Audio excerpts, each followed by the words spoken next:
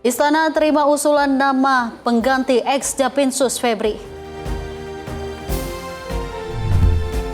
Mensos soroti teror yang terjadi di lingkungan sekolah. Pemerintah terbitkan aturan baru e-commerce.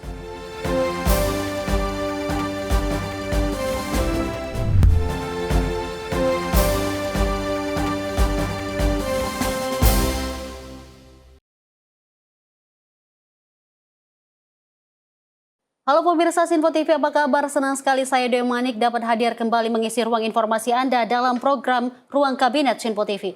Pemirsa, selain informasi utama, kami juga akan menemani Anda dengan sejumlah informasi dan isu terkini dari kebijakan Menteri Kabinet Merah Putih. Inilah Ruang Kabinet Sinpo TV, selengkapnya. Pemirsa, informasi kita awali dari Menteri Sekretaris Negara Prasetyo Hadi yang merespon perihal usulan Komisi Pemberantasan Korupsi mengambil alih kasus perkara ex-Japinsus Febri Adriansyah. Prasetyo mengajak seluruh masyarakat untuk dapat menghormati proses hukum yang kini berlangsung di Kejaksaan Agung. Mantan Menko Bidang Politik Hukum dan Keamanan Mahfud MD mengusulkan agar KPK mengambil alih penanganan perkara kasus korupsi ex-Jampitsus Febri Adriansyah. Menanggapi hal ini, Menteri Sekretaris Negara Prasetyo Hadi meminta seluruh pihak untuk dapat menghormati proses hukum yang berjalan di Kejaksaan Agung. Menurutnya, Presiden Prabowo Subianto selalu mengingatkan jajarannya untuk tidak melakukan praktik korupsi. Hal ini menandakan langkah tegas Presiden Prabowo dalam memberantas kasus korupsi di tanah air tanpa pandang bulu. Yang penting menurut pendapat saya adalah kita semua, sekali lagi ya, sebagaimana yang sudah berulang kali saya sampaikan, bahwa mari kita menghormati seluruh proses hukum dan berkenaan dengan masalah tindak pidana korupsi. Berulang kali juga Bapak Presiden selaku Kepala Negara maupun Kepala Pemerintahan mengingatkan kepada kita semua, terutama jajaran pemerintahan, untuk memperbaiki diri, yang menghilangkan praktek-praktek yang tadi kami sebutkan. Penting semangatnya adalah itu. Dari Jakarta, Farizal Ahmad Amin, Sinpo TV melaporkan. Informasi kita lanjut masih dalam Menteri Sekretaris Negara Prasetyo Hadi, pemirsa, yang mengungkapkan bahwa Kejaksaan Agung telah mengajukan usulan nama pengganti ex-Japinsus Febri Adriansyah kepada Presiden Prabowo Subianto. Pemirsa, salah satu nama tersebut yakni Kuntadi yang dikabarkan akan mengisi kursi Japinsus yang baru. Jaksa Agung ST Burhanuddin secara resmi mengajukan nama Kuntadi untuk mengisi kekosongan kursi Jampitsus kepada Presiden Prabowo Subianto. Kekosongan kursi tersebut usai Febri Adriansyah mengundurkan diri dari jabatan Jampitsus dan telah ditetapkan sebagai tersangka dalam kasus dugaan korupsi. Surat usulan pergantian Jampitsus kini sudah diterima pemerintah dan akan diproses sesuai mekanisme yang berlaku. Pengumuman hasil keputusan nantinya akan dilakukan setelah seluruh tahapan administrasi selesai. Adapun sebelum resmi dilantik sebagai Jampitsus, Kuntadi harus lebih dulu mengikuti mekanisme tim penilaian akhir di Istana Kepresidenan Jakarta. Secara resmi dapat kami laporkan bahwa sekarang tanggal berapa ini? 15 ya, sekarang tanggal 15. Jadi per kemarin hari Selasa tanggal 14, Jaksa Agung telah secara resmi mengirimkan surat kepada Bapak Presiden untuk mengajukan usulan nama pengganti pejabat Jaksa Agung Muda Tindak Pidana Khusus yang beberapa waktu yang lalu mengajukan pengunduran diri, dan kami mohon waktu untuk memprosesnya karena memang ada mekanisme, istilahnya adalah TPA ya. Jadi nanti ada tim penilai akhir yang memang selama ini mekanismenya demikian. Jadi karena suratnya baru masuk kemarin, kami mohon waktu, mungkin hari ini akan segera kita tindak lanjuti apa yang diusulkan oleh Jaksa Agung. Dan betul namanya Pak Kuntadi, dan betul namanya Pak Kuntadi, Pak. Kepala Badan Pemulihan Aset, itu betul? Betul namanya Pak Kuntadi yang diusulkan Jaksa Agung? Ya, kalau berdasarkan suratnya ya. Dari Jakarta, Farizal Ahmad Amin, Sinpo TV melaporkan.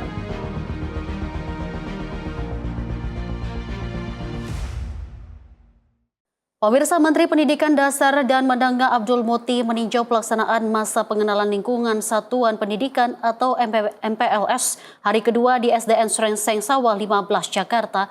Peninjauan dilakukan untuk memastikan kegiatan MPLS berjalan aman, nyaman, dan menyenangkan bagi para murid baru. Menteri Pendidikan Dasar dan Menengah Abdul Muti meninjau pelaksanaan MPLS Rama hari kedua di SDN Srengseng Sawah 15 Jakarta. Suasana sekolah terlihat ceria dan penuh semangat dengan para murid baru mengikuti berbagai kegiatan pengenalan lingkungan sekolah. Pelaksanaan MPLS berjalan kondusif berkat kolaborasi antara sekolah, Kepolisian Negara Republik Indonesia, Himpunan Psikologi Indonesia, serta perangkat daerah. Pemerintah berharap MPLS Rama menjadi langkah awal yang positif bagi para murid untuk beradaptasi dengan lingkungan belajar yang aman, nyaman, dan menyenangkan. Anak murid baru yang kelas 1 di sini, alhamdulillah semuanya suasana ceria dan juga mereka sudah semangat untuk kembali belajar. Tentu saja ini semua berkat dukungan dari pertama tentu saja dari Polri, kemudian juga dari Dinas Pendidikan, dari Himpunan Psikologi, dan juga dari Bapak Ibu Guru dan Pak Camat dan seluruh jajaran RT RW di sini untuk memastikan bahwa kegiatan MPLS sekarang berjalan dengan lancar.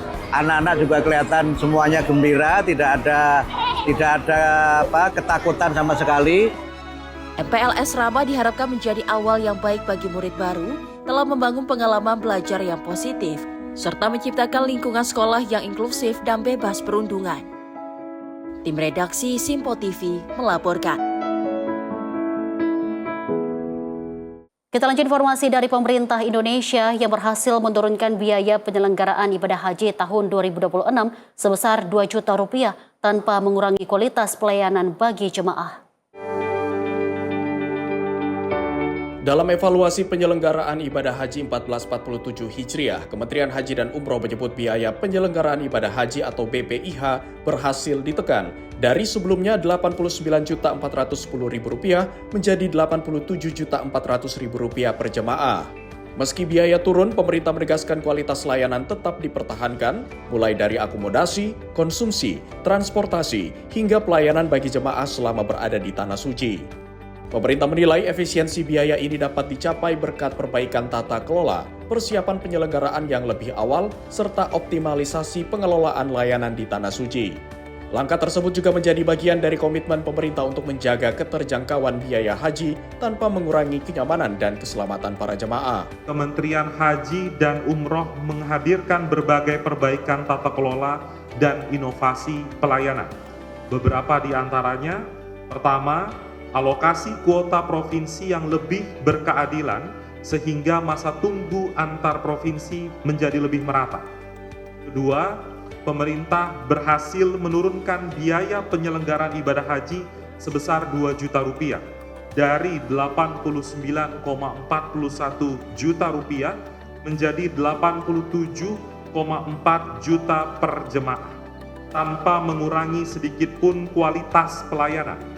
Dari total biaya tersebut, jemaah hanya membayar biaya perjalanan ibadah haji atau disingkat BPIH sebesar Rp54.193.806, sedangkan sisanya sekitar Rp33,2 juta ditanggung melalui nilai manfaat pengelolaan dana haji oleh Badan Pengelola Keuangan Haji atau BPKH. Dari Jakarta, Sri Dewi Andayani, Rona Bayu, Simpo TV melaporkan.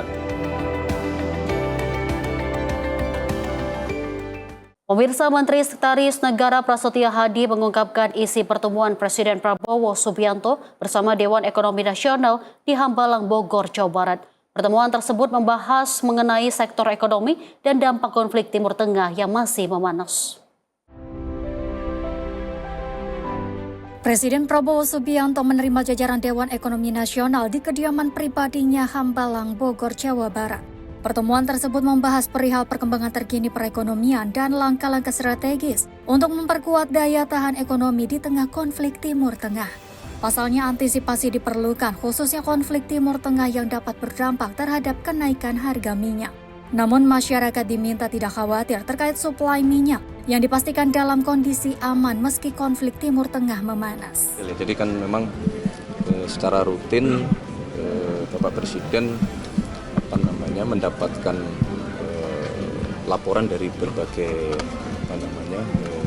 pihak yang secara rutin, salah satunya adalah dari Dewan Ekonomi Nasional. Jadi memang secara rutin beliau Pak Luhut sering minta waktu untuk menyampaikan hasil kajian-kajian dari Dewan Ekonomi Nasional, dan menurut saya kemarin sangat produktif, hampir kurang lebih 3 jam Dewan Ekonomi Nasional memberikan paparan mengenai kondisi ekonomi kita yang sehari sebelumnya, sebagaimana yang saudara-saudara juga monitor, Bapak Presiden memimpin ratas khusus ekonomi yang dihadiri cukup banyak oleh menteri-menteri yang berkenaan dengan masalah ekonomi, karena tentu dengan dinamika di Timur Tengah yang kembali menghangat, itu kita perlu mengantisipasi beberapa hal, terutama untuk satu, menjaga masalah fiskal kita, manakala menghangatnya dinamika itu misalnya akan berpengaruh kembali terhadap harga minyak. Meskipun dapat kami sampaikan bahwa tidak perlu ada yang dikhawatirkan, sekali lagi berkenaan dengan suplai minyak kita aman, meskipun dinamika di Timur Tengah maupun di Selat Hormuz itu kembali menghangat. Dari Jakarta, Fahrizal Ahmad Amin, Sinpo TV melaporkan. Pemirsa, pelaksanaan efisiensi anggaran tahun 2025 di Kementerian Hukum dipastikan tidak menurunkan kualitas layanan hukum kepada masyarakat. Hal ini dibuktikan dengan pemangkasan biaya perjalanan dinas hingga program bantuan hukum gratis bagi masyarakat kurang mampu. Berbagai indikator prioritas nasional termasuk capaian bantuan hukum yang bahkan melampaui target yang telah ditetapkan. Wakil Menteri Hukum Edward Omar Syarif Hyarich menegaskan langkah efisiensi anggaran di Kementerian Hukum tidak akan menurunkan kualitas pelayanan hukum bagi masyarakat. Pemotongan anggaran tersebut murni menyasar belanja non-pelayanan, salah satunya memangkas biaya perjalanan dinas. Edi memaparkan restrukturisasi Kemenkum menjadi 3 kementerian berimbas pada revisi pagu anggaran 2025 dari semula 5,6 triliun menjadi 4,5 triliun. Dari jumlah tersebut, anggaran yang diefisiensikan sebesar 1,42 triliun, alhasil sisa anggaran real yang digunakan adalah 3,078 triliun, dengan realisasi mencapai 2,76 triliun atau 90,46%. Meski terjadi pengetatan anggaran, Wamenkum mengklaim kinerja pelayanan hukum tetap terjaga. Hal ini dibuktikan dengan capaian penerimaan negara bukan pajak atau PNBP 2025 yang menembus angka 107,79%, serta realisasi program bantuan hukum gratis bagi masyarakat kurang mampu yang melampaui target. Kementerian Hukum menerapkan prinsip better spending, bukan sekedar less spending. Efisiensi dilakukan dengan menjaga agar seluruh layanan publik tetap berjalan optimal melalui digitalisasi pelayanan hukum, penyederhanaan proses bisnis, optimalisasi pemanfaatan teknologi informasi, penguatan pelayanan pada kantor wilayah, serta pengalihan anggaran menuju kegiatan yang memberikan manfaat langsung kepada masyarakat. Hal ini tercermin dari tetap tercapainya target PNBP sebesar 107,79% serta tercapainya berbagai indikator prioritas nasional termasuk capaian bantuan hukum yang bahkan melampaui target yang telah ditetapkan. Kemudian masih dari terkait penggunaan anggaran berdampak terhadap layanan kepada masyarakat, yang dipotong adalah belanja yang tidak berkaitan langsung dengan pelayanan, misalnya perjalanan dinas yang tadi sudah kami sampaikan. Tim redaksi Sinpo TV melaporkan. Menteri Ketenagakerjaan Yasir Lee terus memastikan perusahaan peserta magang nasional relevan dengan kebutuhan lulusan. Pemirsa, menurutnya setiap lowongan yang dibuka harus memberikan pengalaman kerja yang bermakna untuk peserta. Menteri Ketenagakerjaan Yasirli telah meninjau langsung proses verifikasi dan validasi penyelenggara serta lowongan untuk program pemagangan nasional Angkatan 2. Peninjauan ini dilakukan untuk memastikan setiap lowongan yang dibuka berkualitas dan memberikan pengalaman kerja bermakna bagi para peserta. Proses pendaftaran serta verifikasi mitra dan lowongan ini berlangsung hingga batas akhir yang ditetapkan. Kementerian Ketenagakerjaan terus menyaring lowongan dari ribuan perusahaan untuk memastikan kesesuaiannya dengan kebutuhan lulusan perguruan tinggi. Diketahui kuota dibuka untuk 150.000 fresh graduate termasuk profesi dan penyandang disabilitas. Nantinya akan dibagi menjadi 3 gelombang di mana masing-masing gelombang menampung sekitar 50.000 peserta. Peserta akan mengikuti magang selama 6 bulan dan menerima uang saku atau insentif yang disesuaikan dengan UMR atau UMK daerah penempatan. Tim redaksi Sinpo TV melaporkan.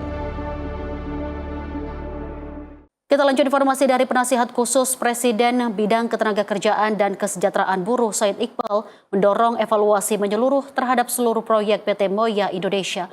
Langkah tersebut disampaikan Said Iqbal menyusul kasus 3 pekerja yang tewas akibat adanya pelanggaran keselamatan dan kesehatan kerja atau K3. Usai melakukan inspeksi mendadak di lokasi proyek PT Moya Indonesia, Penasihat Khusus Presiden Bidang Ketenagakerjaan dan Kesejahteraan Buruh Said Iqbal menyatakan pihaknya menemukan dugaan kelalaian dalam penerapan standar keselamatan dan kesehatan kerja.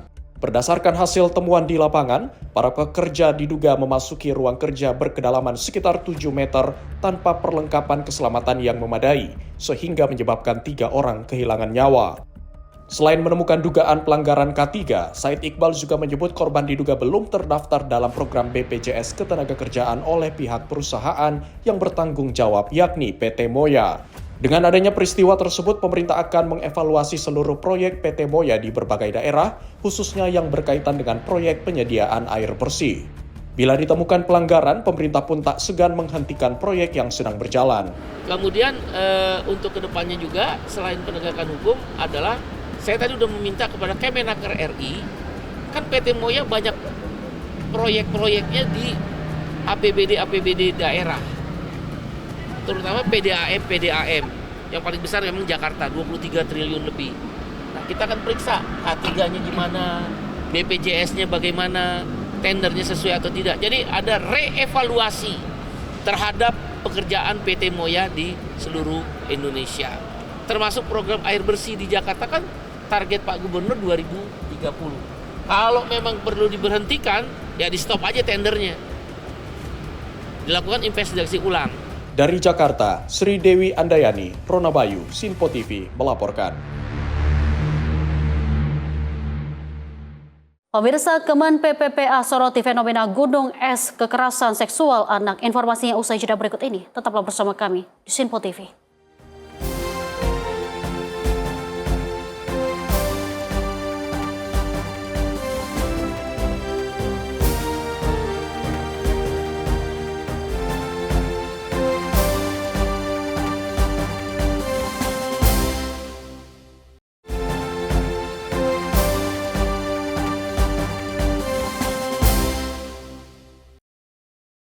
Pemirsa, Anda kembali menyaksikan Ruang Kabinet Sinpo TV. Kita lanjut informasi dari Kementerian Pemberdayaan Perempuan dan Perlindungan Anak menilai tingginya laporan kasus kekerasan seksual terhadap anak sepanjang 2026 belum mencerminkan kondisi yang sebenarnya. Pemirsa, pemerintah justru meyakini masih banyaknya korban yang belum berani melapor sehingga kasus yang terungkap baru sebatas fenomena gunung es.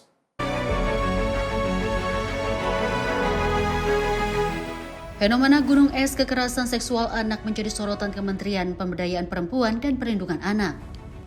Asisten Deputi Penyediaan Layanan Anak yang memerlukan perlindungan khusus Kemen PPPA, Ciput Eka Purwiyanti, mengatakan kekerasan seksual masih menjadi jenis kasus yang paling banyak dilaporkan dalam beberapa tahun terakhir. Ia mengatakan kekerasan seksual memang menjadi kasus dengan jumlah pelaporan tertinggi, namun bukan berarti kekerasan lainnya tidak terjadi. Meski demikian, Ciput mengungkapkan angka pelaporan yang diterima pemerintah masih jauh dari perkiraan jumlah korban sebenarnya.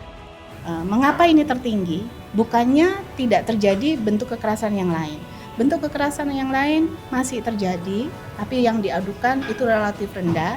Bisa jadi saya berasumsi bahwa masyarakat sudah tidak ada toleransi lagi pada kekerasan seksual. Jadi ini sudah nggak bisa nih untuk dibiarkan saja kalau ada orang melakukan kekerasan seksual pada anak.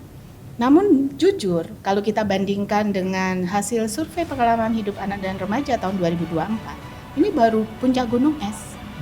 Hanya 20 ribuan korban yang mengadu dan dilayani, padahal persentasenya khusus misalnya salah satu jenis kekerasan seksual non kontak itu adalah di ranah digital, persentasenya adalah 4%.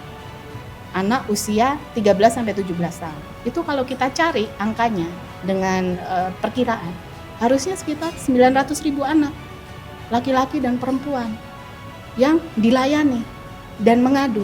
Kenyataannya baru 20 ribu. Dari Jakarta, Dio Malawu, Sinpo TV melaporkan. Pemirsa, Menteri Kependudukan dan Pembangunan Keluarga, Kepala BKKBN Wihaji melaksanakan rapat koordinasi Komite Kebijakan Sektor Kesehatan Triwulan 2 tahun 2026 yang digelar di BPJS Kesehatan. Menduk bangga menegaskan kesehatan mental remaja menjadi salah satu isu prioritas yang perlu ditangani bersama.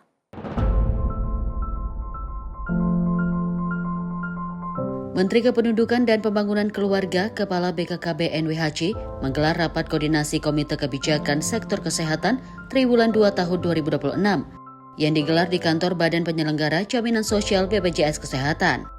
Menduk bangga Wihaji menyoroti masalah kesehatan mental yang cukup signifikan di Indonesia. Setidaknya 34,9% remaja Indonesia saat ini dilaporkan mengalami gangguan kesehatan mental. Salah satunya akibat penyalahgunaan obat-obatan tertentu. Saya melanjutkan isu yang kemarin pas di Kemenkes, Pak Menkes untuk kesehatan mental. Karena inilah yang menjadi urusan di kependudukan dan pembangunan keluarga yang agak lumayan. 34,9% remaja kita hari ini mengalami gangguan kesehatan mental.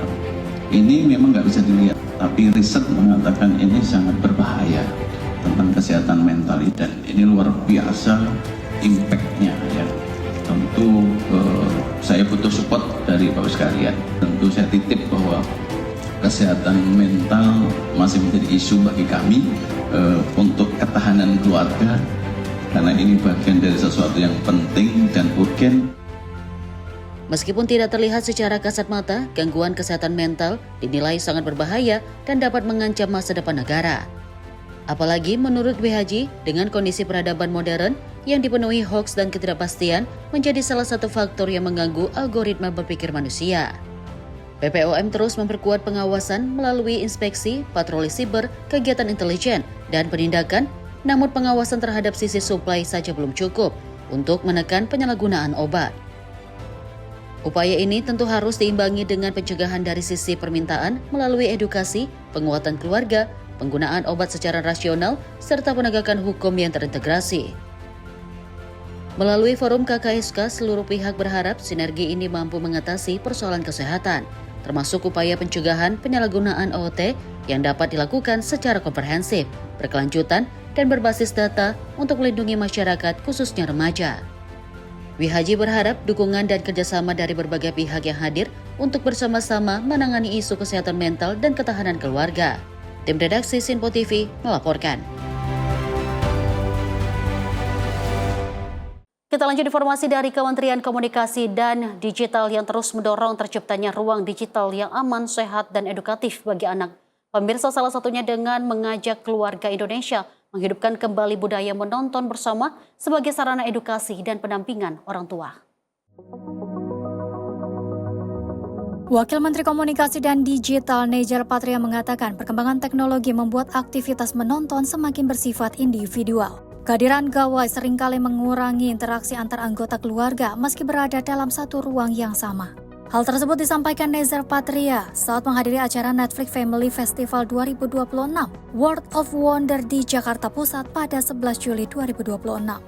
Budaya menonton bersama atau co-viewing dinilai mampu mempererat hubungan keluarga sekaligus menjadi sarana bagi orang tua untuk mendampingi anak dalam memilih dan memahami konten yang sesuai. Nezar menjelaskan konsep Coffee Wing juga sejalan dengan implementasi PP Tunas yang bertujuan menciptakan ruang digital yang lebih aman bagi anak melalui penyediaan konten sesuai usia dan tahap perkembangan mereka. Ia juga mengapresiasi berbagai upaya platform digital dalam memperkuat perlindungan anak, antara lain melalui fitur kontrol orang tua, kanal khusus anak dan keluarga, serta kegiatan yang mendorong keterlibatan keluarga dalam aktivitas digital. Berterima kasih kepada semua platform yang cukup kolaboratif, dan hari ini kalau kita lihat di platform-platform media sosial, semua fitur-fitur yang khusus buat anak itu sudah disediakan, dan juga pembatasan akunnya juga mulai cukup intens itu dilakukan, dan kita berharap evaluasi yang dilakukan terus-menerus ini bisa memperbaiki performance dari masing-masing platform sesuai dengan PP Tulis. Nezar menambahkan perlindungan anak di ruang digital memerlukan kolaborasi pemerintah, platform digital, industri kreatif, dan keluarga agar anak dapat tumbuh di lingkungan digital yang aman, edukatif, dan menginspirasi. Tim redaksi Sinpo TV melaporkan. Pemirsa, Menteri Koperasi Ferry Juliantono melakukan ziarah ke makam Bung Hatta di TPPU Tanah Kusir, Jakarta Selatan. Kegiatan ini merupakan rangkaian dari peringatan Hari Koperasi Nasional ke-79. Menteri Koperasi Ferry Juliantono bersama jajaran Kementerian Koperasi hingga Lembaga Pengelola Dana Bergulir atau LPDB Koperasi dan Dewan Koperasi Indonesia atau Dekopin melaksanakan ziarah ke makam Bung Hatta di Tanah Kusir, Jakarta Selatan. Ziarah ini menjadi bagian penting dari rangkaian puncak peringatan Hari Koperasi Nasional ke-79. Menko Ferry menegaskan bahwa sosok Bung Hatta bukan hanya seorang proklamator, tetapi juga sebagai Bapak Koperasi Indonesia yang berperan sangat besar bagi kemajuan koperasi di Indonesia. Oleh sebab itu, ziarah tersebut menjadi bagian terpenting untuk terus mengenang perjuangannya dalam peletakan dasar-dasar koperasi yang masih berlaku hingga saat ini. Selain ziarah, puncak acara peringatan Harkopnas ke-79 sendiri digelar pada hari ini 12 Juli 2026 di Indonesia Arena Senayan dengan dihadiri 20 ribuan peserta dari berbagai kalangan muda, mulai dari gerakan koperasi hingga para tokoh-tokoh penting pejuang koperasi dari seluruh daerah di Indonesia. Tim redaksi Sinpo TV melaporkan. Kita lanjut informasi dari Menteri Sosial Syaifullah Yusuf yang prihatin atas aksi teror yang terjadi di lingkungan sekolah. Menteri Sosial berkoordinasi dengan pemerintah setempat, Forkopimda, dan masyarakat sekitar untuk bersama-sama menjaga dan mengantisipasi terjadinya aksi teror. Ya, kita harapkan bisa dijaga bersama-sama lah. Mari kita jaga bersama-sama, semuanya sudah mencoba untuk mengantisipasi. Kementerian Sosial mengatakan sekolah rakyat maupun sekolah-sekolah harus lebih saling menjaga agar aksi teror tidak terjadi kembali di lingkungan sekolah. Menteri Sosial berkoordinasi dengan pemerintah setempat, Forkopimda, dan juga masyarakat sekitar untuk bersama-sama menjaga dan juga mengantisipasi terjadinya aksi teror. Memang segala kemungkinan segalanya terjadi akan dijaga secara bersama-sama. Mensos prihatin dengan adanya aksi teror yang juga terjadi di sekolah SDN Srengseng Sawah 15 pagi Jagakarsa.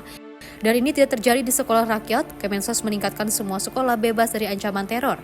Ya, kita bersama-sama ya, kita tentu di sekolah rakyat melakukan koordinasi dengan pemerintah daerah, dengan Forkopimda, dengan masyarakat sekitar. Ya, kita harapkan bisa dijaga bersama-sama lah. Mari kita jaga bersama-sama, semuanya sudah mencoba untuk mengantisipasi. Memang segala kemungkinan bisa terjadi, tapi insya Allah mudah-mudahan semuanya bisa berjalan dengan baik. Kita tentu prihatin kalau ada hal-hal seperti itu, dan ini tidak terjadi di lingkungan sekolah rakyat. Tentu di semua sekolah, ingin kita di semua sekolah bebas dari ancaman-ancaman itu. Seperti diketahui pada Senin pagi, aksi teror kembali terjadi di salah satu sekolah SDN Srengseng Sawah 15 pagi Jagakarsa, Jakarta Selatan. Aksi teror ini terjadi ketika pertama kali masuk sekolah dan sekolahan sedang melakukan MPLS bagi siswa-siswi baru. Dari Jakarta, Dio Balong, Sinpo TV melaporkan.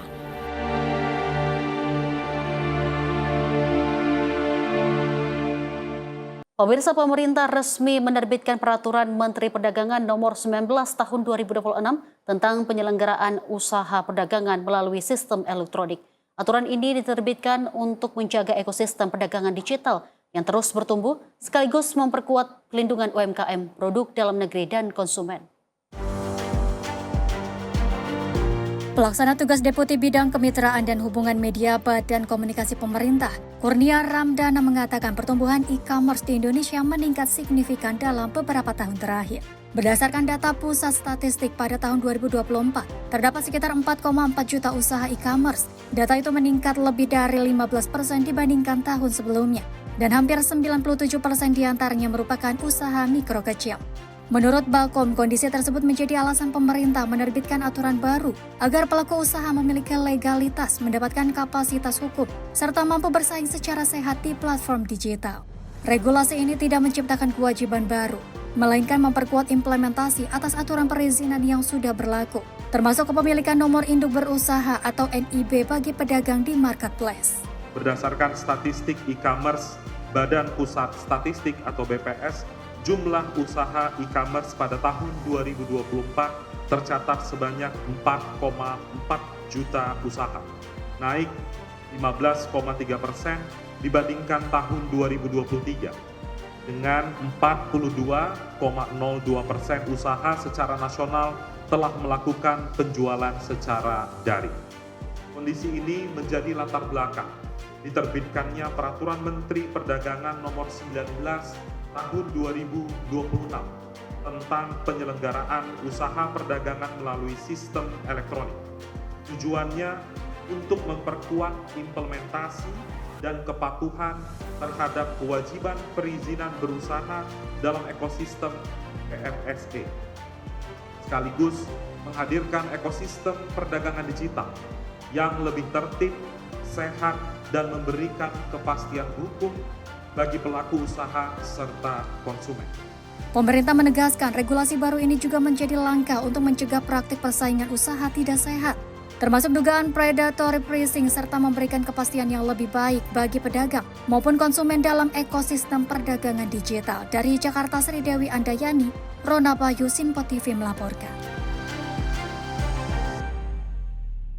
Pemirsa, Menteri ATR BPN Nusron Wahid menandatangani nota kesepahaman atau MOU dengan 28 rektor perguruan tinggi di Sulawesi Selatan. Kerjasama ini menargetkan percepatan sertifikasi 14.000 bidang tanah wakaf di Sulawesi Selatan melalui program KKN tematik dalam kurun waktu 1 tahun. Menteri Agraria dan Tata Ruang Kepala Badan Pertanahan Nasional ATR BPN, Nusron Wahid, menandatangani nota kesepahaman MOU dengan 28 rektor perguruan tinggi negeri dan swasta dari Provinsi Sulawesi Selatan. Dengan kerjasama ini, Kementerian ATR BPN mengajak sivitas akademika di Sulawesi Selatan untuk aktif membantu menyelesaikan persoalan pertanahan, khususnya mempercepat sertifikasi tanah wakaf melalui program kuliah kerja nyata KKN tematik. Menurut Menteri Nusron, capaian sertifikasi tanah wakaf di Sulawesi Selatan masih tergolong rendah. Dari sekitar 18.000 bidang tanah wakaf yang tercatat dalam Sistem Informasi Wakaf atau SIWAK Kementerian Agama, baru 4.516 bidang atau sekitar 24,87% yang telah bersertifikat. Angka tersebut masih berada di bawah rata-rata nasional yang telah mencapai sekitar 58%. Secara nasional, Kementerian ATR BPN menargetkan seluruh tanah wakaf di Indonesia telah bersertifikat pada 2028. Pelibatan perguruan tinggi melalui KKN tematik menjadi bagian dari upaya pemerintah mempercepat sertifikat tanah wakaf secara nasional. Di Sulawesi Selatan ini masjid, musola, kemudian makam, dan sebagainya yang bersertifikat yang sudah tercatat dalam SIWAK, Sistem Informasi Wakaf Kemenak, itu total 18.000, tetapi yang disertifikatkan baru 4.516 atau 24,87%. Nah, ini menjadi PR, karena itu saya ingin ngajak partisipasi semuanya. Inisiasi ini terinspirasi dari keberhasilan KKN tematik Universitas Islam Kiai Haji Abdurrahman Wahid Pekalongan. Dalam waktu 3 bulan, KKN tematik menyelesaikan tanah wakaf, sertifikat wakaf 2.487 bidang di Pekalongan. Karena itu keberhasilan itu saya copy paste, saya bawa ke sini supaya tahun depan saya datang ke Sulawesi Selatan lagi dengan harapan sertifikat tanah-tanah wakaf dan tempat ibadah semua agama di Sulawesi Selatan sudah mencapai angka 100% atau minimal mendekati 100%. Tim redaksi Sinpo TV melaporkan. Pemirsa, biodiesel B50 Kementerian Energi Pilar Kedaulatan Bangsa, informasinya usai jeda berikut ini. Tetaplah bersama kami di Sinpo TV.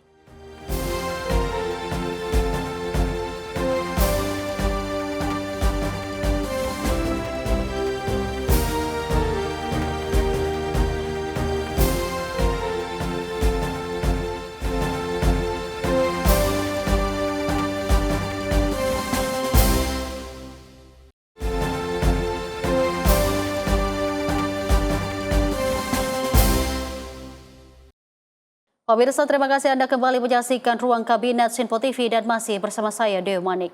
Informasi kita lanjut dari kegiatan Presiden Prabowo Subianto yang secara resmi meluncurkan biodiesel B50 bertajuk Langkah Nyata untuk Kemandirian dan Ketahanan Energi Nasional di Kabupaten Karawang pada Kamis lalu. Pemirsa, Presiden menyampaikan Indonesia telah berhasil mencapai swasembada pangan lebih cepat dari target yang telah ditetapkan.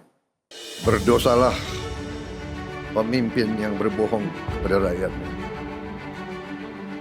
Berkhianatlah pemimpin yang tidak setia kepada kepentingan negara di atas segala kepentingan.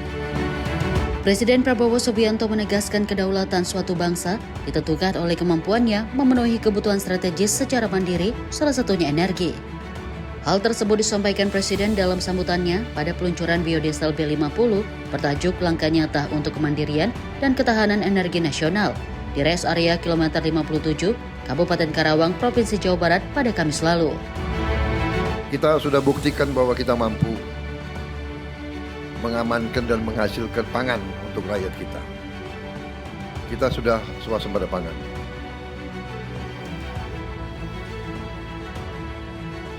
Dari target 4 tahun, kita telah berhasil dalam 1 tahun. Banyak pihak yang meremehkan pentingnya swasembada pangan. Bahkan banyak orang yang mengangkat dirinya sebagai orang pintar,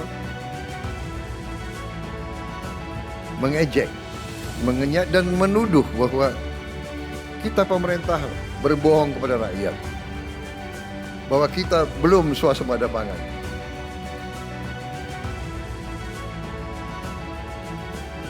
Berdosalah pemerintah yang berbohong kepada rakyatnya.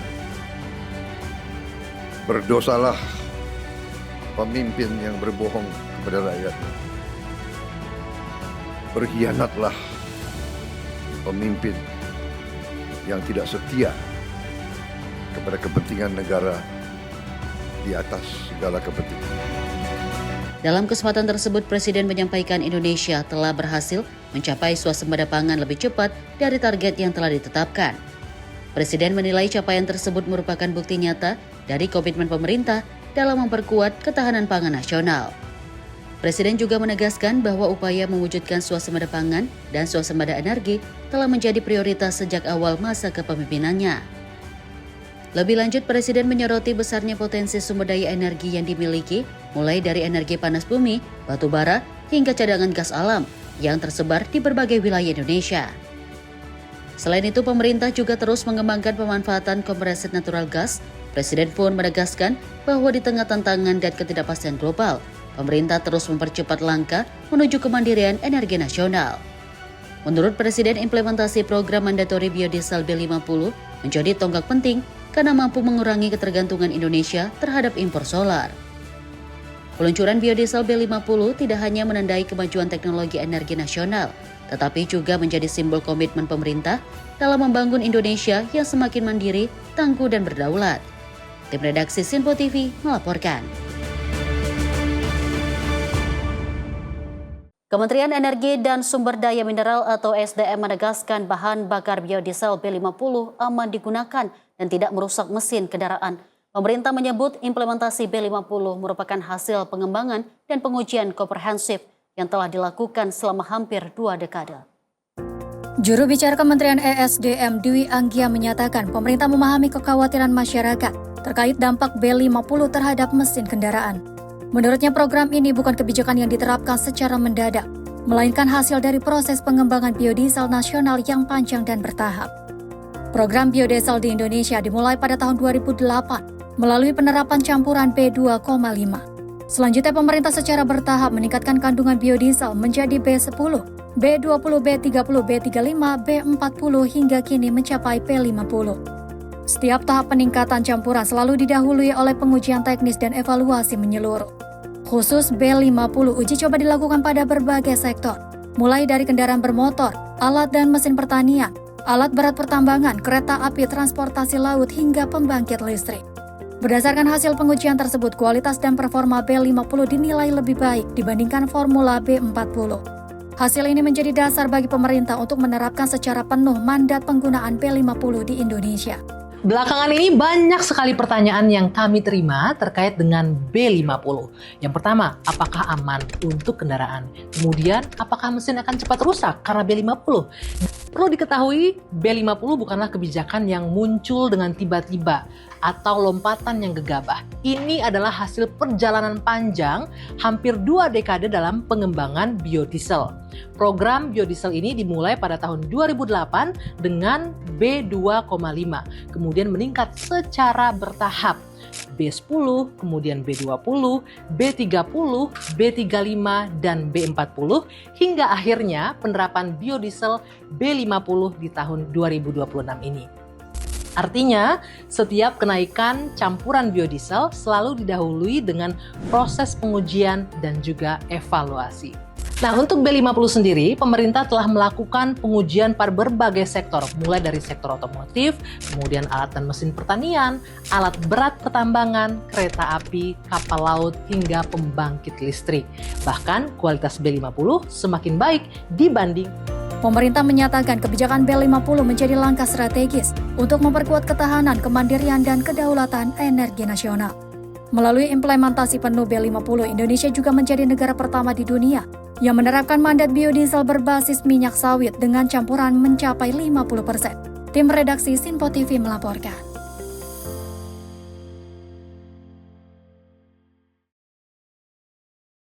Pemirsa, ajang olahraga internasional tak hanya menghadirkan prestasi, tetapi juga menjadi penggerak ekonomi. Pembahasan percepatan pengembangan ekosistem sport tourism pun dilakukan sebagai penggerak investasi dan ekonomi nasional. Kepala BP BUMN sekaligus CEO Danantara Indonesia Doni Oskaria menghadiri rapat bersama Chief Executive Officer Danantara Indonesia sekaligus Menteri Investasi dan Hilirisasi Kepala BKPM Rosan Ruslani serta Menteri Pemuda dan Olahraga Erick Thohir pada Senin 13 Juli 2026. Rapat tersebut membahas percepatan pengembangan ekosistem sport tourism sebagai penggerak investasi dan ekonomi nasional.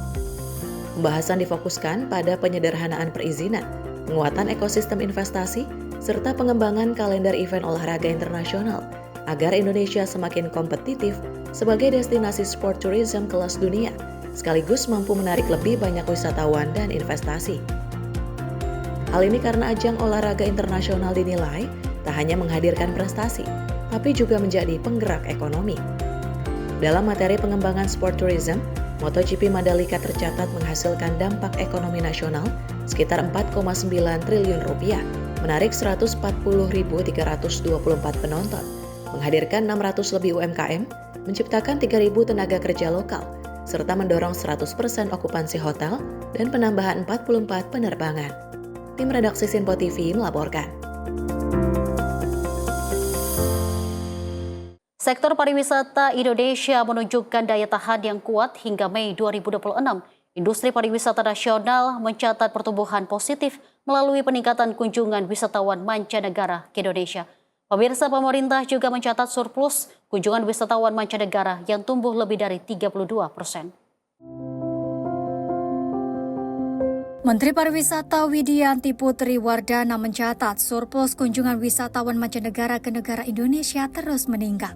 Pada bulan Mei 2 tahun ini saja, selisih kunjungan mencapai 830.000 orang atau tumbuh 15,48% dibandingkan periode yang sama pada tahun lalu.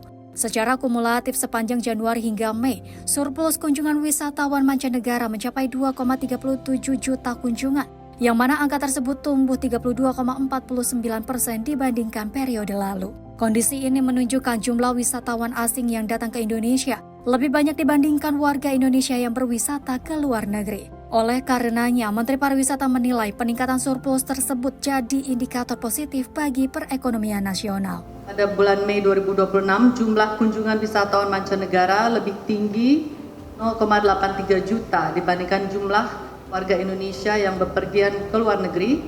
Dengan surplus tersebut meningkat 15,48% secara year on year. Secara kumulatif Januari hingga Mei 2026, surplus kunjungan wisatawan mancanegara terhadap perjalanan wisatawan nasional ke luar negeri mencapai 2,37 juta kunjungan atau tumbuh 32,49% dibandingkan periode yang sama tahun 2025. Capaian ini mencerminkan semakin besarnya kontribusi sektor pariwisata terhadap penerimaan devisa negara.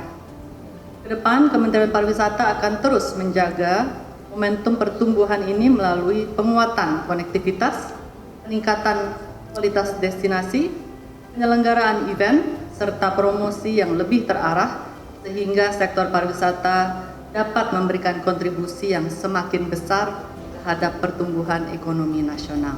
Kementerian Pariwisata menilai peningkatan okupansi hotel menjadi indikator penting bagi pemulihan ekosistem pariwisata karena berkaitan langsung dengan pendapatan pelaku usaha, penyerapan tenaga kerja, hingga aktivitas ekonomi di berbagai destinasi. Pertumbuhan sektor pariwisata hingga Mei 2026 menunjukkan bahwa pasar domestik dan internasional masih memiliki kepercayaan terhadap destinasi Indonesia. Kedepan, pemerintah perlu menjaga momentum tersebut melalui penguatan kualitas layanan, diversifikasi destinasi, serta strategi promosi yang adaptif terhadap perubahan tren perjalanan global. Dari Jakarta, Sri Dewi Andayani, Rona Bayu, Sinpo TV melaporkan. Menteri Pemuda dan Olahraga Erick Thohir bertemu dengan legenda sepak bola Portugal Luis Figo di sela rangkaian kegiatan internasional. Pertemuan tersebut membahas dengan perkembangan sepak bola dunia, pengembangan talenta pemain, hingga juga prediksi persaingan menuju juara Piala Dunia 2026. Menteri Pemuda dan Olahraga Erick Thohir mengabadikan momen pertemuannya dengan legenda sepak bola Portugal Luis Figo. Luis Figo dikenal sebagai salah satu pemain terbaik dunia yang pernah meraih berbagai gelar bergengsi di Eropa, termasuk Liga Champions dan Ballon d'Or tahun 2000. Dalam pertemuan tersebut, Erick Thohir mengatakan diskusi berlangsung dalam suasana santai namun penuh wawasan. Selain bersatu sebagai legenda sepak bola, Luis Figo saat ini juga menjabat sebagai Football Advisor UEFA dan menjadi salah satu figur dalam UEFA Ambassador Program. Keduanya berdiskusi mengenai perkembangan sepak bola dunia, pengembangan talenta pemain muda, serta prediksi persaingan Piala Dunia 2026 yang kini menyisakan 4 tim terbaik. No, I tried first to Madrid, and then New York. And then Spain for the final. Yeah. Yeah. Music Box, as a minister of youth and sports. Oh, beautiful. Thank you so much. Very nice. Thank you. Good to see you. Oh, good to see you. Pertemuan ini diharapkan menjadi momentum memperluas pertukaran gagasan dan memperkuat kerjasama dalam pengembangan sepak bola Indonesia agar mampu bersaing di tingkat internasional. Tim redaksi Sinpo TV melaporkan. Pemirsa, Kementerian Sosial dan Badan Narkotika Nasional memperkuat kolaborasi dalam penanganan korban penyalahgunaan narkoba melalui layanan yang lebih terpadu. Sinergi tersebut juga melibatkan Kementerian Kesehatan dan Kementerian Ketenagakerjaan agar para penyintas narkoba mendapatkan rehabilitasi, pemberdayaan hingga reintegrasi sosial secara berkelanjutan. Kementerian Sosial bersama Badan Narkotika Nasional terus memperkuat sinergi dalam menangani korban penyalahgunaan narkoba melalui pendekatan yang lebih komprehensif dan terpadu. Kolaborasi ini tidak hanya berfokus pada proses rehabilitasi, tetapi juga pada pemberdayaan serta reintegrasi sosial agar para penyintas dapat kembali menjalani kehidupan secara mandiri dan produktif di tengah masyarakat. Dalam pelaksanaannya, Kemensos dan BNN juga melibatkan Kementerian Kesehatan serta Kementerian Ketenagakerjaan untuk memperkuat layanan mulai dari pemulihan kesehatan hingga peningkatan keterampilan dan kesempatan kerja bagi para penyintas. Pemerintah berharap penguatan kolaborasi lintas kementerian dan lembaga ini mampu memberikan kesempatan yang lebih besar bagi para penyintas penyalahgunaan narkoba untuk bangkit dan kembali berdaya di tengah masyarakat. Melalui sinergi lintas kementerian dan lembaga, pemerintah menargetkan penanganan korban penyalahgunaan narkoba dapat dilakukan secara menyeluruh, sehingga proses pemulihan tidak berhenti pada rehabilitasi, tetapi berlanjut hingga para penyintas mampu kembali berperan aktif di masyarakat. Tim redaksi Simpo TV melaporkan. Kita lanjut informasi dari Menteri Kehutanan RI Raja Juli Antoni yang berbincang melalui video call dengan tim Conservation Action Network Borneo. Hal ini juga mengawal upaya konservasi orang utan di Kalimantan Timur. Persiapan kawasan konservasi seluas sekitar 87.000 hektar di landscape Keraitan kini memasuki tahap akhir. Melalui sambungan video call, Menteri Kehutanan RI Raja Juli Antoni berbincang dengan Kang Linus, Kang Panji, dan tim Conservation Action Network Borneo untuk mengawal upaya konservasi orang utan di Kalimantan Timur. Dalam waktu dekat, Menhub akan menerbitkan surat dukungan sebagai bagian dari upaya memperkuat perlindungan habitat orang utan. Bagi Menhub, konservasi tidak cukup hanya dengan menyelamatkan nyawa, namun juga memastikan habitatnya tetap terjaga sehingga satwa liar dan orang utan lainnya dapat terus hidup di alam bebas. Jadi ini sudah berproses ya, saya juga sampaikan sudah berproses panjang di sini. Kalau nggak salah daerah konservasi yang multi stakeholder ini 87.000 hektar ya. Siap, betul Pak Menteri.